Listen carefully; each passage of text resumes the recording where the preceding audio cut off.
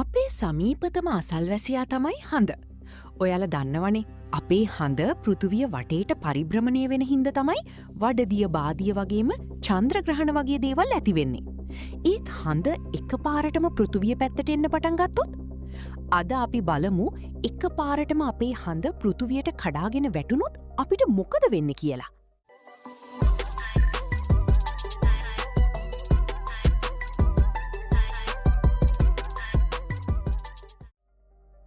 මුලින්ම නම් අපිට ලොක්කු වෙනසක් දැනෙන එකක් නැහැ.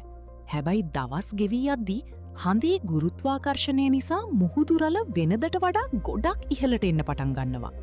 කොළඹ කළුතර වගේ වෙරළබඩ නගර දරුණු ගංවතුර තත්ත්වයකට මුහුණදීවි. හඳ තවත් ළඟට එද්දී ඒකෙ බලපෑම නිසා පෘතුවියේ භූතටි සෙලවෙන්න පටන් ගන්නවා. ලෝකය පුරාම දරුණු භූමිකම්පා සහ ගිනිකඳු පිපිරීම් ඇතිවේවි. පැසිෆික් සාගරයේ වටා තියෙන රිං ඔෆ් ෆයර් ප්‍රදේශයේ තියෙන ගිනිකඳු එක පාරටම සක්‍රිය වෙලා මහා විනාශයක් සිදු කරයි. ඒ විතරක් නෙවෙයි, දරුණු කුණාටු සහ කාලගුණ විපර්යාස නිසා මුළු පෘතුවියම අවුල් ජාලාවක් බවට පත්වේවි. ඔබ හිතනවා ඇති හඳ කෙලින්ම පෘතුවියේ වදී කියලා. ඒත් ඇත්තටම වෙන්නේ ඊට වඩා වෙනස් දෙයක්.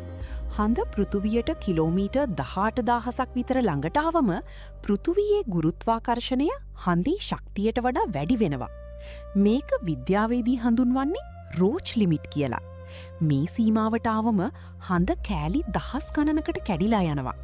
ඒ කෑලි පෘතුවිය වටා සෙනසුරු ග්‍රහයාගේ වගේ ලස්සන වලල්ලක් නිර්මාණය කරයි.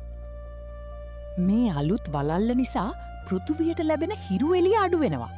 ඒ නිසා පෘතුවියේ උෂ්ණත්වය වේගෙන් පහළ බැහැලා තවත් අයිස් යුගයක් ආරම්භ වෙන්න පුළුවන්.